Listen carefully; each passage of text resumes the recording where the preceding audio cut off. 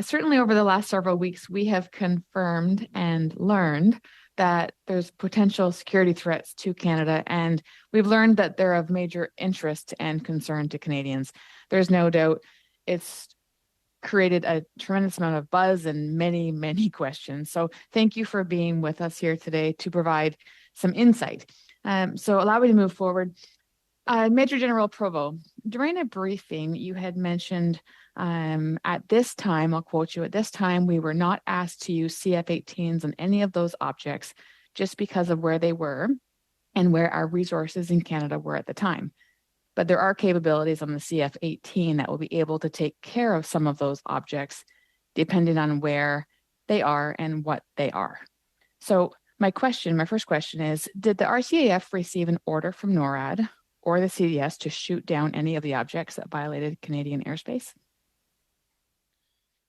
Okay, Mr. Chair, thank you for the question. Maybe I can clarify what I've said on the previous session. So on the object that was in Yukon, F-18s had been scrambled from Cold Lake to go and execute the order that both governments had made about this object. This object first transited from Alaska, where the decision had been made to engage that object, and then was transiting from Alaska to Yukon.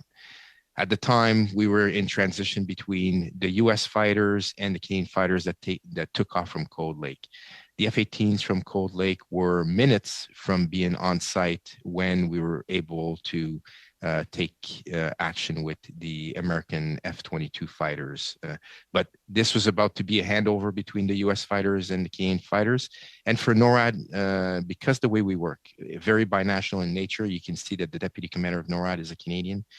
All assets are always at the disposition of both governments, be it US or Canadian fighters, tankers, and surveillance airplanes. So on the one in Yukon, the F-18s had been scrambled. The F-18s had a good chance of taking an engagement there, but we elected to go with the first opportunity, which was the F-22, just as it crossed the border. Okay, are you able to share exactly what the lack of resources were that prevented the RCAF CF-18 fighters from actually shooting down the balloon?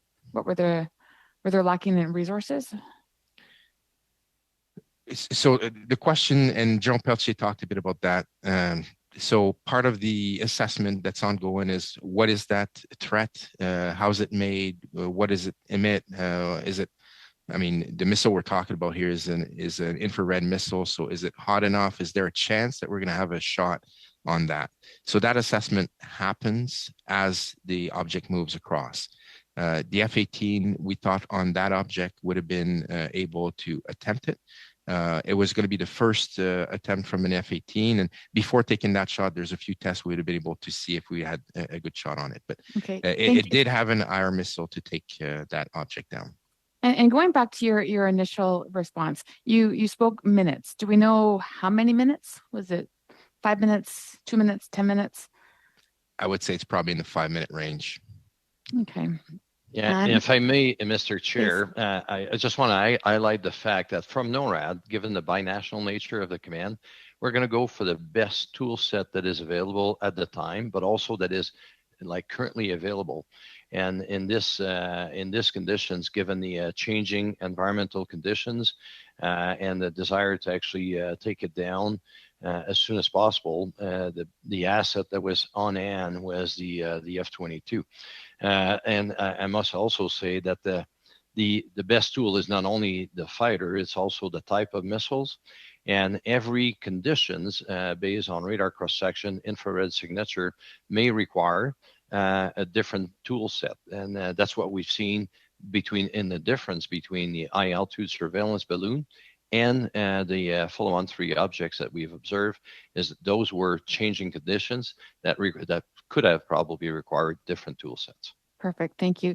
So was there enough time to move our fighter jets to our forward operating locations to better position the RCAF to intercept the object? Thanks for the question, Mr. Chair. So the time is always an element of factor.